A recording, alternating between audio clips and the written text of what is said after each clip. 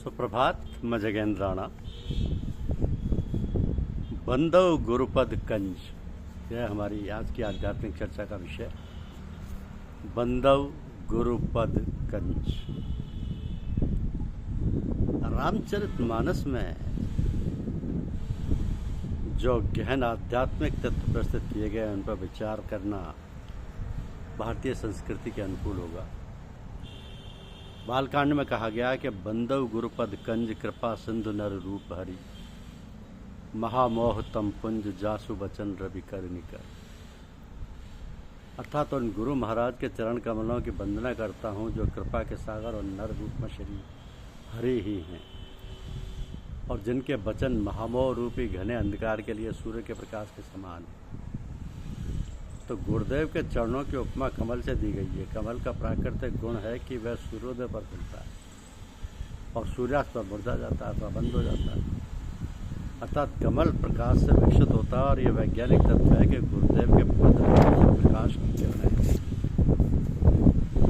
अर्थात करंट प्रस्फुटित होती रहती है। वैसे तो प्रत्येक मनुष्य के पद नखों से करंट निकला करती है, जो मनुष्य के प्रकृति के अनुसार 3 प्रकार की करंट या धार होती है। पहला सात्विक धार, दूसरा राजसिक धार और तीसरा तामसिक धार। किंतु आध्यात्मिक पुरुषों के नखों से 3 गुणों से भी ऊपर एक धार स्वतः ही प्रभावित हुआ करती, जिसे आध्यात्मिक धार कहा जाता है। तो यह आध्यात्मिक विज्ञान का नियम है कि नखों से निकलने वाली आध्यात्मिक धार यदि किसी दूसरे व्यक्ति के नख के संपर्क या स्पर्शन में आती है तो धार का प्रवेश चरण स्पर्श करने वाले में भी हो जाएगा, और इस प्रकार सूक्ष्म धार दूसरे व्यक्ति में वही काम करेगी जो अंधकार में प्रकाश काम करता है। तो पार्थिव विद्युत की भांति आध्यात्मिक विद्युत करंट या धार तभी काम करती है जब धनात्मक यानी पॉजिटिव और ऋणात्मक यानी नेगेटिव दोनों धारें एक साथ काम करें। और तब होगा जब दाएं हाथ से दायां पग और बाएं हाथ से बाएं पग का स्पर्श किया जाए।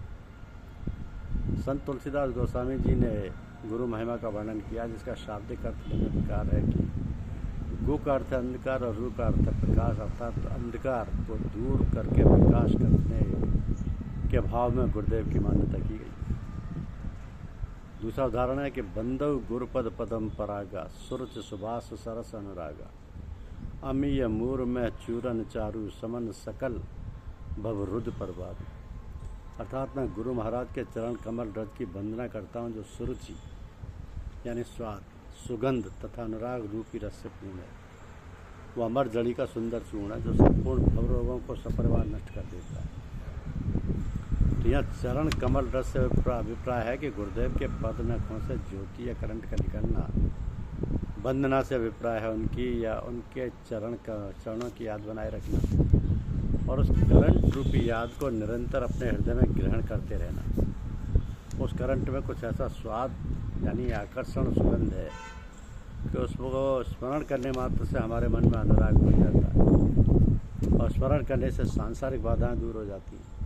क्योंकि मान्य सिद्धांत है कि किसी एक और एकाग्र होने पर शेष वस्तु या विषयों का भान नहीं रहता।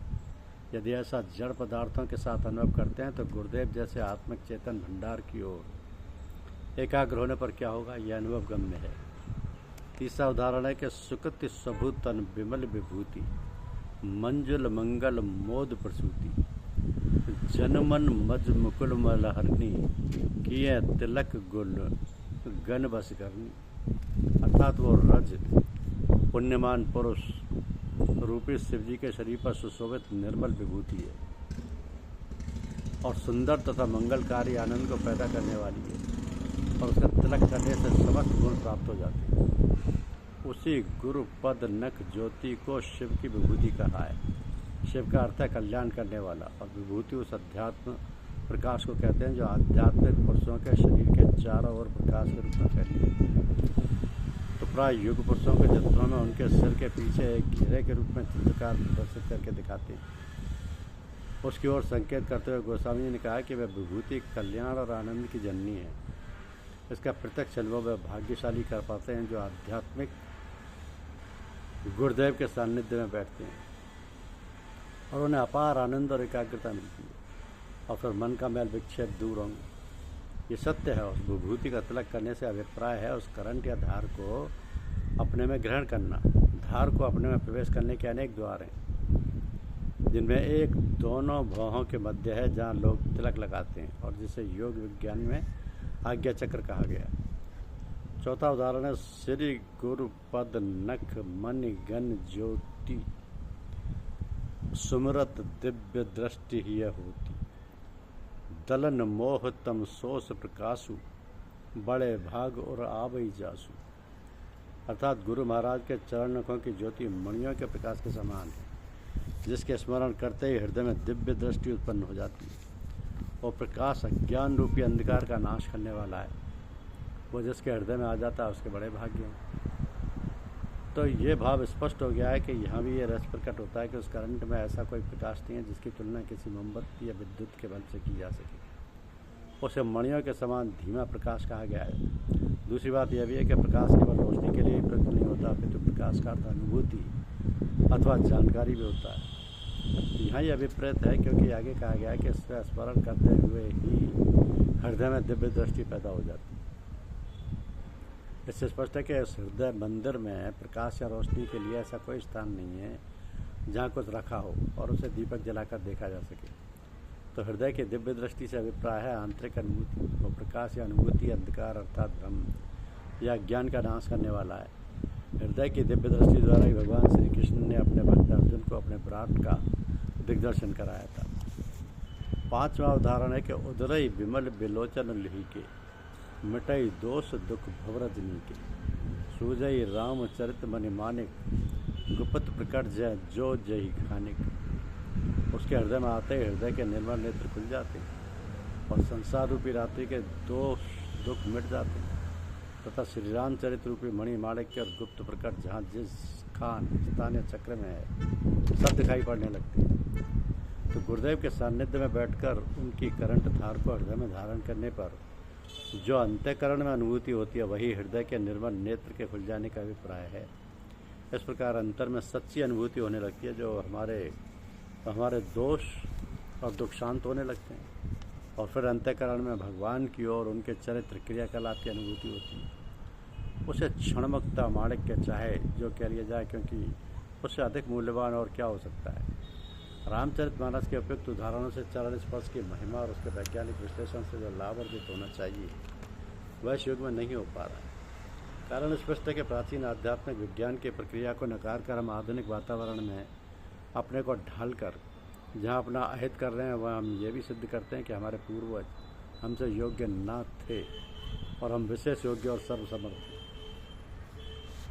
तो ये अवधारणा उचित नहीं है।